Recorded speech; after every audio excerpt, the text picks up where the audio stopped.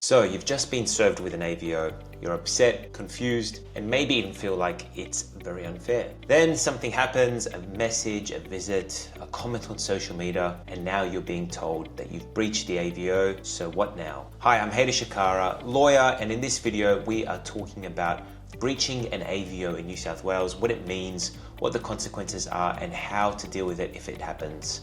Let's get into it. An AVO is an apprehended violence order. It's a court order made to protect someone from another person, usually in the context of domestic or family violence. There are two main types. You've got an ADVO, which is a domestic violence order between people in a domestic relationship, and an apprehended personal violence order between two people that are not in a domestic relationship. It's important to understand an AVO is not a criminal conviction, but breaching an AVO is a criminal offence.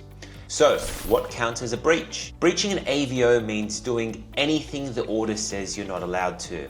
Each order is specific, so you'll need to understand the full terms of the AVO that is applicable to you. And if you had multiple AVOs, there might be multiple different conditions that change on each AVO. And this is where a lot of people get caught out, sometimes without even realizing it. The most common conditions are things like not contacting the protected person, not going near their home, work or school, not stalking, harassing or intimidating them directly or indirectly.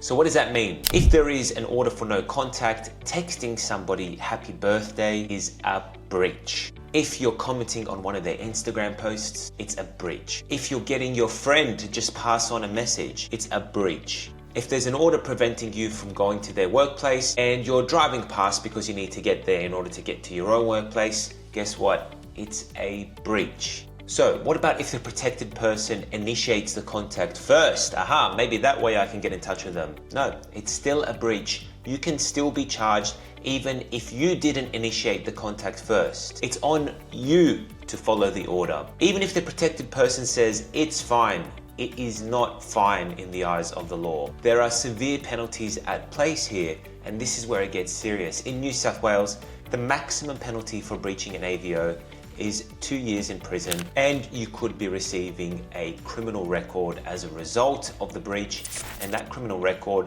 can impact things like your job prospects, where you're working. If you've got a gun license or security license, it can definitely impact your employment. Where you want to travel, you might need to declare that when you're applying for a visa. If you're on a visa in Australia, that could affect your visa status. It could affect various custody rights if there are children involved. If the breach involves violence or threats, the courts take this very seriously. Let me give you an example. James had an AVO against him, protecting his ex-partner, Tina, and one day he sees Tina's new boyfriend post something on Facebook. James gets really angry and sends Tina a long angry email. Boom, breach straight away. He didn't threaten her, didn't show up at the door, but the AVO said no contact, and by sending an email it got him charged and arrested, and he ended up with a criminal conviction and a suspended sentence. So the moral of the story is, if there is an AVO in place, do not push the line. Don't even go near it. The courts and the police take it extremely seriously. Okay, but what happens if the breach was an accident, if it was by mistake? What if you ran into them at Woolworths and you weren't supposed to see them, or you didn't know that they were going to be there? It's a good question.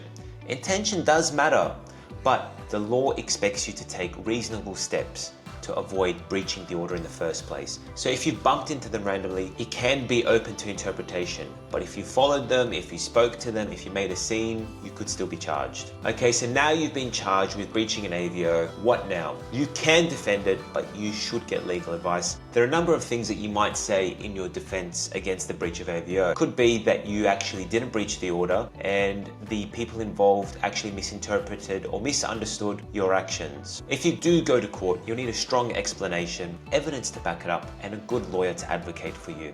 And if you are guilty, it's better to own it, show remorse, and let your lawyer argue for a lighter penalty like no conviction or a conditional release order. If you're in the middle of family court proceedings like child custody or divorce, breaching an AVO can seriously hurt your case. The judge may see it as a risk to the children, a lack of insight into your behavior, and a complete disregard for legal boundaries. Even if the breach seems small to you, it can cause real issues and raise big red flags. So if there is an AVO and family law is involved, the safest thing to do is follow the order to the letter and let your lawyer do the talking. So what should you take away from this? Breaching an AVO is a serious criminal offence in New South Wales. Even small things like texts or comments on Facebook can count. It doesn't matter if the other person is okay with it, the order is still the order. And if you've been charged, get legal advice straight away. If you're dealing with an AVO, whether it's been taken out against you or you've been charged with a breach, speak to a lawyer today. Me and my team are able to handle AVO defense breaches and family law crossovers every single day. Subscribe to this channel for more practical legal tips. Like this video if this helped clear things up. And if you've got a question about AVOs, put it in the comments and we'll answer it. Thanks for watching. Stay smart, stay safe, and we'll see you in the next one.